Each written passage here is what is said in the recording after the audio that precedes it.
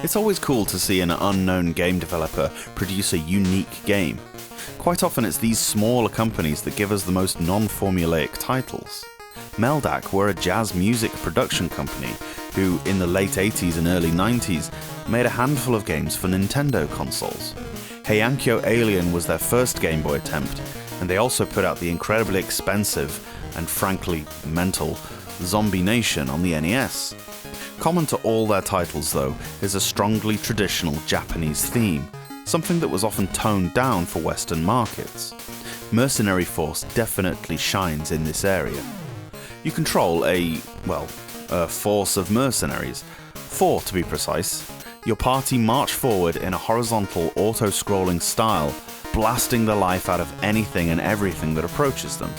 You move all 4 characters in tandem, but what is rather cool is the ability to rotate between 4 different formations as you play, by hitting the B button. These formations are named after the elements, sun, wind, and so on.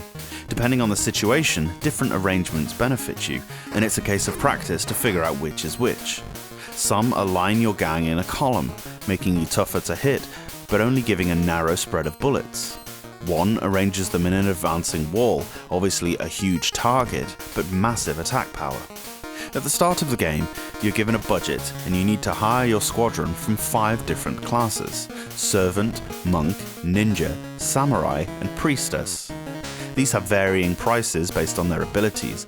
The Priestess fires up and down vertically, and the Monk fires at 45-degree angles. Choosing the right team, and in the right order, becomes vital to your success, especially later on when you're grossly outnumbered and accosted from all sides. They all have varying health too. You can switch the order in battle using Select.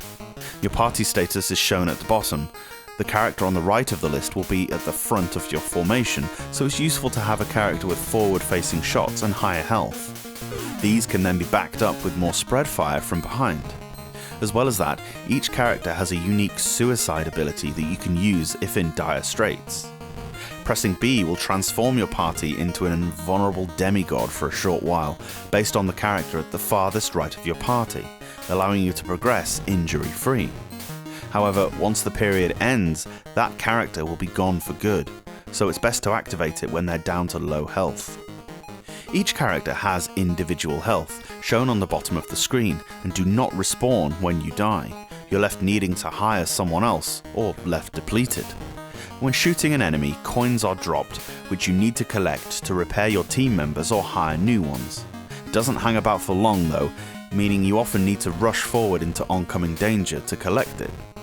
It's possible to gamble some of your cash for high reward, but I tend not to as money is tight and the odds are seemingly slim. The pace is slow, yes, but non-stop, and there are plenty of waves of enemies to occupy you. Mercenary Force is hardcore action from start to finish, the operative syllable there being hard, and oh boy is it hard. There are only 6 stages, and to be honest, it takes less than half an hour to scroll through them all, but you're gonna have to really figure out the best squads and formations to get through these levels. The first one is damn tough as it is, and you won't beat it easily. The opposition is varied and increasingly dangerous, and the bosses are very cool, including a very memorable multi-segmented dragon at the end of stage 1. The game looks cracking. The sprites are just the right size, and thankfully, the Japanese aesthetic was not westernized at all, as was the case in so many early 90s titles. The music fits the theme of the game too, if unremarkably, but it's not unpleasant or jarring in any way. There is quite a lot of flicker, as is to be expected with so much going on, but the draw priority always lies with enemy bullets and your own team, which is definitely the fairest way to do it, meaning you're less prone to cheap deaths. So, as you can see, there are many different playstyles and tactics to adopt, and a lot of intricacies to figure out, more so than any other shoot-'em-up I've played. And that's another thing I really like. Mercenary Force is definitely a shoot-'em-up. It can't really fit into any other genre. You're scrolling horizontally, shooting swarms of enemies coming at you, but there are no fighter planes or spaceships in sight. Fantastic game, but one that is brutal in that way that old-school Nintendo games so often were. It's not just hard, it's Nintendo hard. Back in our day, kids, games didn't hold your hand. They tore it off and slapped you with it, and we loved it.